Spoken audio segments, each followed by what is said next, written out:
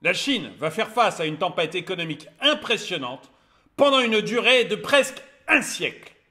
Bonjour et bienvenue dans cette nouvelle vidéo de DME en direct. Comme toujours, si vous n'êtes pas abonné, je vous suggère de le faire et de cliquer sur la cloche pour être prévenu lorsque je sors une nouvelle vidéo. Et sur la boutique DME, vous savez, sur la boutique DME, vous trouvez des polos comme celui-ci, des mugs comme celui-là, des t-shirts, des casquettes, des magnets, bref, plein de produits dont je suis hyper fier parce que je n'ai que des bons retours et merci à tous ceux qui m'envoient un petit mail pour me dire s'ils sont satisfaits des produits. En tout cas, j'ai que des bons retours. Donc, sur la boutique DME, vous trouvez tous ces produits et je vous offre jusqu'au 6 avril 2024, je vous offre 20% de réduction sur l'ensemble des produits de la boutique. Pour aller sur la boutique, c'est assez simple. En dessous de cette vidéo, si vous me regardez sur un téléphone, vous devez avoir ce polo qui s'affiche ou ce mug. Vous cliquez dessus. Sinon, vous allez sur la chaîne Droma Economy, la chaîne YouTube Droma Economy ou la chaîne YouTube DME en direct, onglet boutique, ou alors, encore une fois, le site internet dromaeconomy.com, onglet boutique. Et là, vous arrivez sur la boutique. Et donc, jusqu'au 6 avril 2024, je vous offre 20% de réduction sur l'ensemble des produits et Dieu sait que je suis fier de mes produits. Mais revenons à cette histoire de la Chine qui est en train de s'effondrer. La Chine va connaître des difficultés pendant un siècle. Alors, ce n'est pas moi qui le dis, c'est Ray Dalio. Alors, qui est Ray Dalio, allez-vous me dire? Qui est Ray Dalio pour dire ce genre de choses? Ray Dalio, c'est quelqu'un qui, parti de quasiment rien, est devenu le gérant du plus gros hedge fund du monde. C'est quelqu'un qui a une gestion plutôt prudente de ses investissements et qui vraiment a une parole qui compte puisqu'il a réussi à bâtir le plus gros hedge fund du monde, vraiment en partant de pas grand-chose. Et il a un historique de réussite financière qui est gigantesque. Aujourd'hui, c'est quelqu'un qui gagne lui, perso, entre 500 millions et 1 milliard de dollars par an. Vous voyez que c'est quelqu'un qui gagne quand même bien sa vie. Mais c'est surtout, quelqu'un qui a une voix très très forte à Wall Street. Et donc lui dit que la Chine, si elle ne réagit pas très vite, va se retrouver dans une tempête qu'elle va trouver dans une tempête pendant les 100 prochaines années. Donc il est extrêmement pessimiste sur l'avenir de la Chine. Et c'est vrai que quand vous regardez actuellement les actualités de la Chine, les actualités économiques de la Chine, c'est pas bon du tout. On voit qu'il y a un gros problème actuellement sur la voiture électrique en Chine. Alors, elle arrive à vendre ses voitures en Europe, tant mieux, mais les constructeurs en eux-mêmes sur la Chine, il commence à y avoir des problèmes sur le marché chinois. Et surtout, il y a un risque financier absolument gigantesque sur tout ce qui est immobilier en Chine.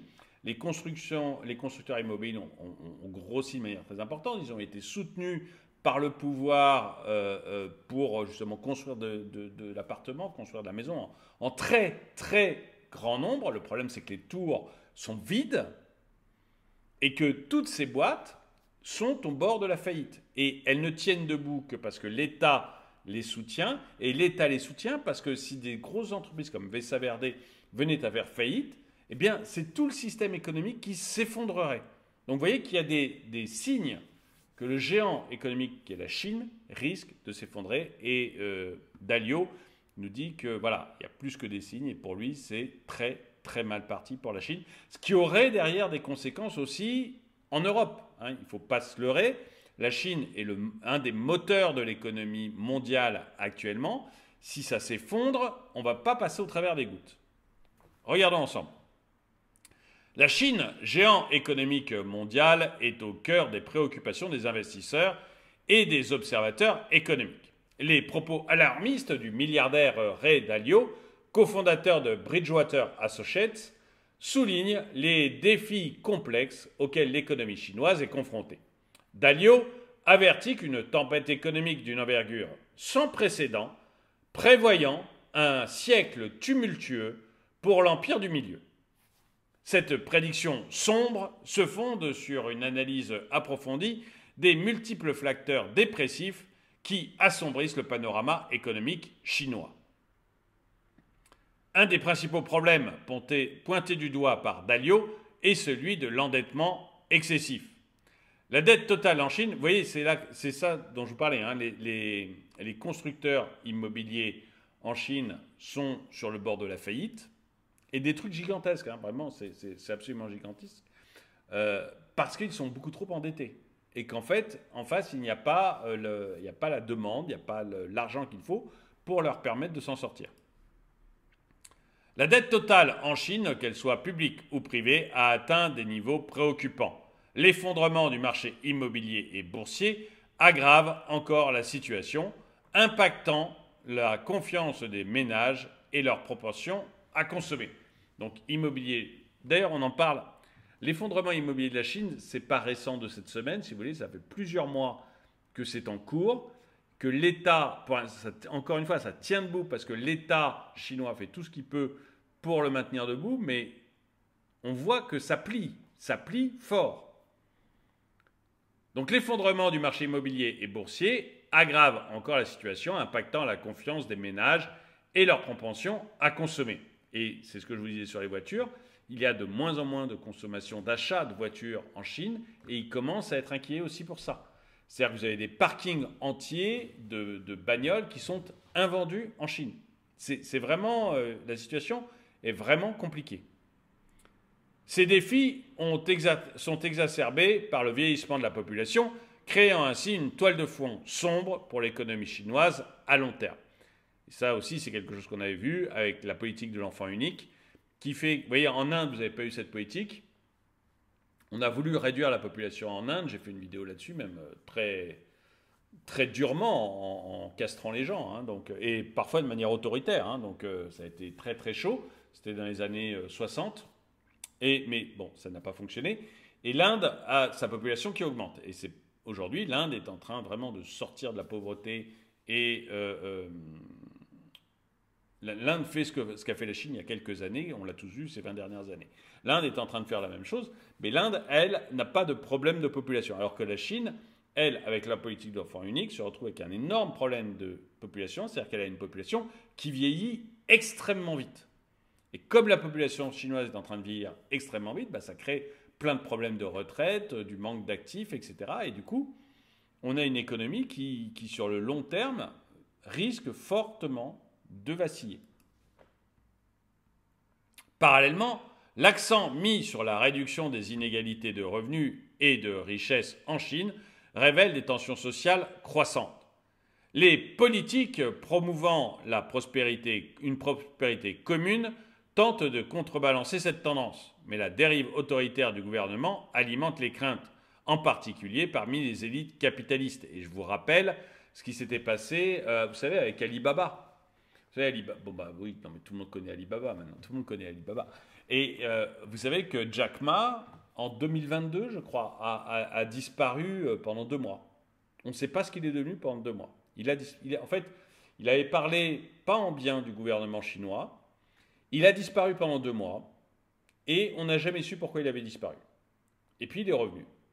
Depuis, il est beaucoup plus discret, il ne parle plus du gouvernement et évidemment, tout le monde a pensé que c'était probablement le gouvernement qui l'avait arrêté et qui lui avait expliqué que s'il le souhaitait, Jack Ma pouvait disparaître définitivement de Chine, enfin du monde. Et que ce n'était que la décision du chef du gouvernement chinois. Et du coup, ça a bien calmé Jack Ma. Mais ça a bien calmé aussi l'ensemble des chefs d'entreprise. Parce que comment vous voulez investir... Alors, si vous êtes chinois, vous n'avez pas le choix, vous êtes en Chine. Donc voilà, vous n'avez pas le choix. Mais à partir du moment où vous êtes européen, à partir du moment où vous êtes américain, investir en Chine quand vous voyez que le gouvernement est capable de faire disparaître pendant 2 mois la première fortune du pays, celui qui possède l'entreprise la plus grosse du pays, je dis, c'est quand même, voilà, il y a un côté autoritaire qui fait, est-ce qu'on peut investir là-dedans? Il y avait eu la même chose en Russie, il y a maintenant très très longtemps, vous savez que Gazprom appartenait à un particulier, enfin pas un particulier, à un oligarque russe, qui s'était révolté contre Vladimir Poutine. Et Vladimir Poutine avait dit, ah, on va s'occuper de son cas. Et le gars s'est retrouvé en tôle, son entreprise de pétrole a été reprise par le gouvernement, et vous n'entendez plus parler de cette personne, et le pétrole appartient entièrement au gouvernement. Le problème, c'est que la Russie était en train de se développer très très fort, et que ça avait mis un énorme coup de frein sur tous les investissements étrangers en Russie. C'est-à-dire, ok, c'est bien beau tout ça, mais si nos investissements ils peuvent disparaître du jour au lendemain, ça va mal se passer.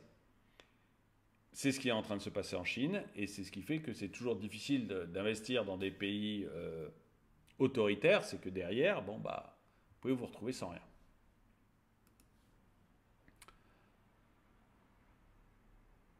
De plus, la rivalité sino-américaine exerce une pression supplémentaire sur l'économie chinoise, décourageant les investissements étrangers et incitant de nombreuses entreprises à explorer d'autres horizons plus stables.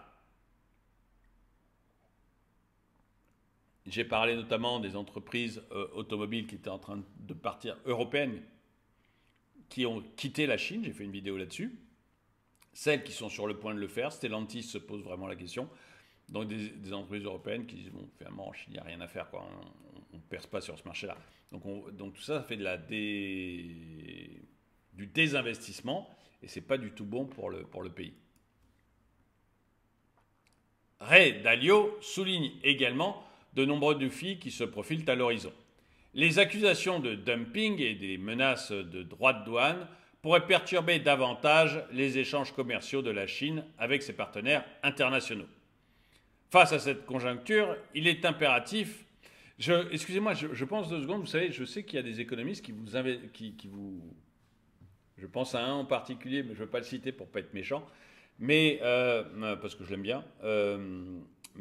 Qui vous conseille d'acheter des obligations chinoises en trouvant que c'est solide. Moi, j'ai toujours pensé que les obligations chinoises, ça m'a toujours fait penser aux emprunts russes. Vous savez, je suis d'une génération où mon arrière-grand-père, mes arrière-grands-parents, on leur avait conseillé d'acheter des emprunts russes parce que c'était solide, la Russie c'était solide, ça allait tenir, etc. Il n'y avait aucun problème.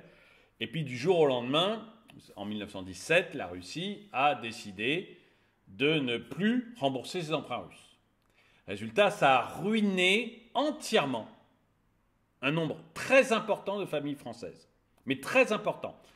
Pour la petite histoire, moi j'ai toujours entendu mon grand-père qui me disait que, à l'époque, au lieu de mettre de la tapisserie, du papier peint dans les toilettes, on mettait des emprunts russes et puis ça remplaçait le papier peint des toilettes parce que ça ne valait plus rien.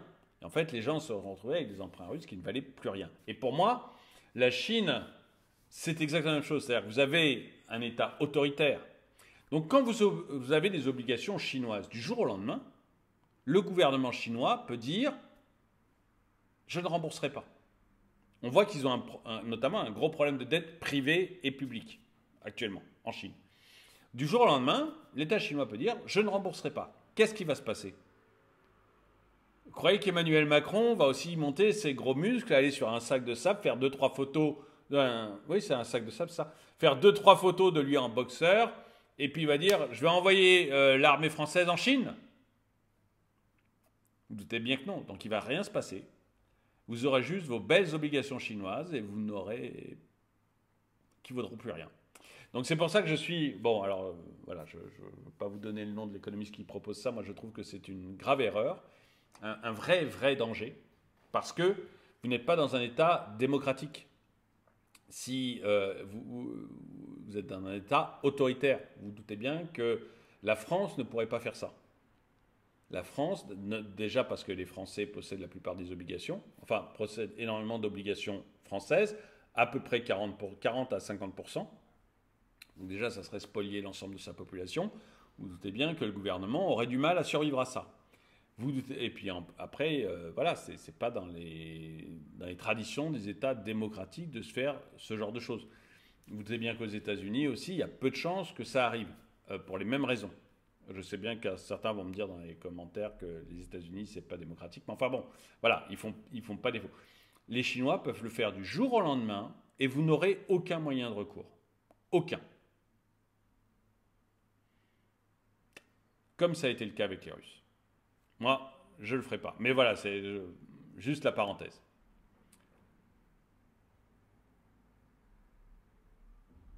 Face à cette conjoncture, il est impératif pour la Chine de réfléchir à des stratégies d'atténuation des risques et de renforcement de la résilience économique. Des réformes structurelles, notamment en matière de gestion de la dette et de soutien à l'innovation, pourraient s'avérer cruciales pour assurer une croissance économique durable et stable. De plus, un dialogue constructif avec ses partenaires commerciaux et géopolitiques pourrait contribuer à atténuer les tensions et à promouvoir la coopération internationale. C'est vrai que là aussi, en ce moment, et même l'Europe commence à se poser des questions sur les importations chinoises.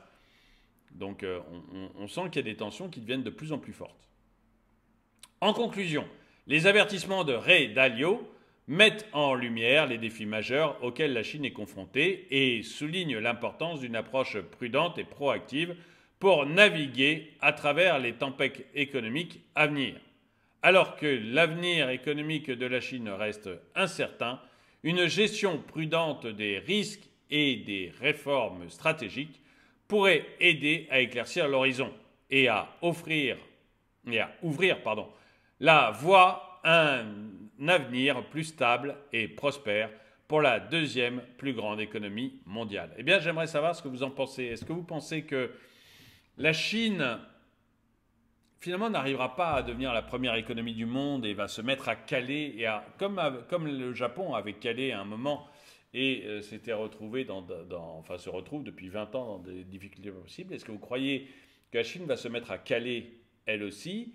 Ou est-ce que vous pensez que non, que c'est juste des mots, des phrases dont on se gargarise, mais que la Chine est incroyablement puissante et va finir par nous dominer tous? Dites-moi ce que vous en pensez dans les commentaires. En tout cas, merci d'avoir regardé cette vidéo. Mettez-lui un pouce vers le haut, commentez-la, partagez-la. Merci à tous ceux qui soutiennent la chaîne. Et moi, je vous dis à très bientôt.